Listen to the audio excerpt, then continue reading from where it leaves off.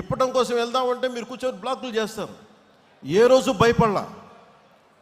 ప్రధానమంత్రి గారు స్వయంగా నాకు తెలిసినప్పటికీ కూడా, ఇంత ఇబ్బంది పెడుతున్నప్పటికీ కూడా విశాఖపట్నంలో ఒక్క ఫోన్ కాల్ నేను పిఎంఓ ఆఫీస్కి కానీ హెచ్ఎంఓ ఆఫీస్కి కానీ చేయలేదు. ఎందుకంటే ఇది మా నేల, మేము పోరాడతాం ఇక్కడ. నేను ప్రధానమంత్రి గారిని, హోంమంత్రి గారిని నేను సహాయం అడిగాను. నా అంత బలహీన ఇంకెవలేడు. నా అలాంటి వాడు పార్టీని మూసేసి వెళ్ళిపోవడం బెటర్. అందుకనే బలంగా తీసుకున్నా. ఉంటే ఉంటాం, పోతే పోతాం, చూద్దాం. వీళ్ళు రౌడీలు అంటే వీళ్ళందరూ గత పార్టీ పాలకులంతా రౌడీలు అంట, చంపేస్తారంట, మీదకి వచ్చేస్తారంట. అంటే నేను ఒకటే అనుకుంటా, మీరు ఎంత మావాడు చెప్పాడు ఇందాక, ఎంతమంది వస్తారు రండి, నేను చూస్తాను. ఎంతమంది వస్తారు రండి, నేను ఒక్కనే ఉంటాను రండి. నాలాంటి పిచ్చ మా వాళ్ళందరికీ, మా ఆడపడుచులకి ఉంటుంది, మా జన సైనికులకి ఉంటుంది. రౌడిజం చేయకండి. మా దగ్గర తప్పుందా మేము ఒక సరిదిద్దుకుంటాం. లేదా పాలసీ మాట్లాడతారా, మాట్లాడండి. దౌర్జన్యాలు చేస్తాం, మేము చింపేస్తాం, చంపేస్తామంటే అస్సలు మా ఇన్ని పాత కథలు.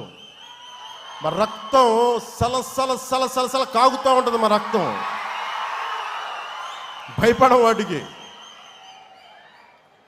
క్షేమం కోరుకుంటాం, ప్రజాక్షేమం. భయపడటాలు ఉండవు మా దగ్గర, పోరాటాలే ఉంటాయి. మా ఆడపడుచులు చెప్తా ఉన్నా, నేను మాట్లాడుతూ ఉంటే పేరెంటాలకు వెళ్ళాలి, కానీ పోరాటాలు కూడా చేయాలి. మన సంస్కృతిని పరిరక్షించుకోవాలి. చూశారు కదా, దీపం పట్టుకొని మనం వెళ్ళి కార్తీక మాసంలో ఎలా దీపం వదులుతాం, అలాగే అవసరమైతే కత్తి కూడా పట్టుకోవాలి. అవసరమైతే కత్తి అంటే నా ఉద్దేశంలో నిజం కత్తి కాదు, మాటే కత్తి అనుకోండి.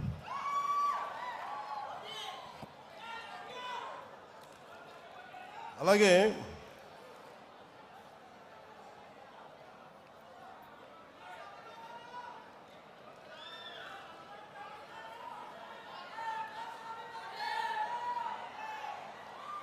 ఇప్పుడు మన ముందున్నది, మనం సాధించగలిగి కొంచెం రోడ్ మ్యాప్ మీకు చెప్తాను. ఎలా మిమ్మల్ని అందరినీ ఒకటి చెప్పి మీకు మళ్ళీ తిరిగి ఇది చెప్పేసి మళ్ళీ మీకు దీనికి వస్తాను. నేను అనుకుంటున్న road map, membership to leadership. ఈరోజు మీరు క్రియాశీలక సభ్యత్వం తీసుకొని మీరు ఒక కార్యకర్తగా, ఒక జన సైనికుడిగా, వీరమహిళగా ఉంటున్నారు. మీరు ఎప్పుడు అలా ఉండకూడదు. మీరు నిత్యం ఎప్పుడు కూడా మీరు ఎదుగుతూనే ఉండాలి. దానికి నేను ఏం చేయాలని ఆలోచిస్తా ఉన్నాను. కింద నుంచి రావాలి నాయకులు అనేవాడు.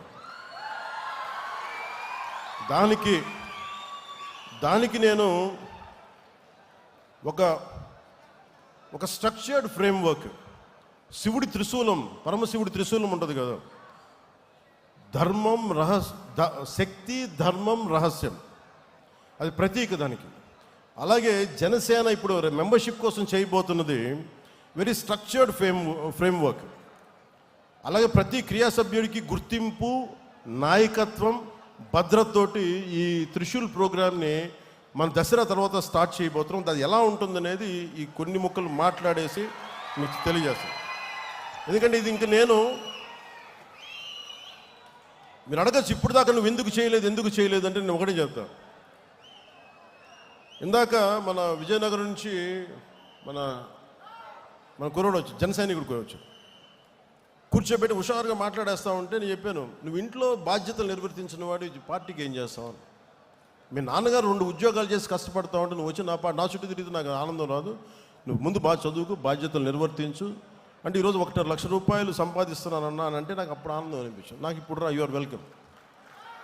అంటే ఇవన్నీ ఎందుకు చెప్తున్నానంటే, నాకు ఆషామాషిగా గాలికి తిరిగేవాళ్ళు వద్దు. నాకు మీ పని, politics is not for business. Politics is not for business. Politics is not for making money.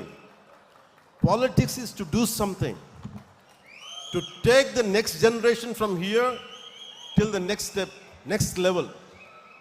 ఇక్కడి నుంచి ఇంకొక స్థాయికి తీసుకెళ్ళాలి. నేను అలాంటి వాళ్ళు కావాలని కోరుకుంటున్నా. మనం ఇదివరకులా అడవుల్లోకి వెళ్ళలేము.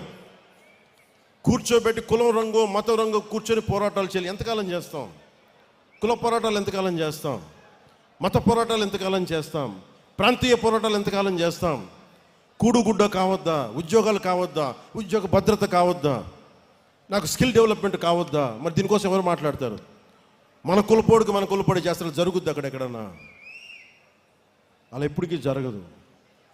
మాట్లాడితే కూర్చోబెట్టిన కొంతమంది మాట్లాడుతూ ఉంటే నువ్వు కులం గురించి మాట్లాడదాం. అవునా, నేను కులంలో పుట్టాను, ఏం చేయను దానికన్నా? నేను కులం కోసమే ప్రయాణిస్తే కుల నాయకునే అయ్యేవాడిని కదా. నేను కులం కోసం ఒక్కదానికి రాలేదు. నేను సంపూర్ణ మానవాళి కోసం వచ్చాను. జాషువా విశ్వనరుడు అన్న కాన్సెప్ట్ని గుండెల్లో పెట్టుకొని వచ్చాను నేను. అన్ని కులాలని గౌరవిస్తాం, అన్ని ప్రాంతాలని మతాలని గౌరవిస్తాం, కానీ తప్పులు జరుగుతున్నప్పుడు సరిదిద్దుతాం. ఈ ఆలోచనతో వచ్చాను. అందుకని నేను ఎందుకు ఈ ప్రక్రియ మొదలుపెట్టానంటే, వేదిక పైన ఉన్న నాయకులందరికీ మీ విలువ తెలియాలని ఈ మీటింగ్ పెట్టాను. నాకు తెలిసేలాగా, నాయకులు తెలుసు, తెలియని వాళ్ళు ఎవరం కాదు, కానీ ఎంత స్థాయి మీరు గుండెలోని చెప్తే. ఒక ఆడపడుచు 3 ఏళ్ల బిడ్డను తీసుకొని నోవాటెల్ హోటల్ ఇలా కూర్చొని మా అన్న వస్తాడు, మా అన్నకి ఏం కాకూడదనంటే, ఒక ఆడబిడ్డ భద్రతను వదిలి వచ్చింది తన అన్న కోసం అని అంటే, అది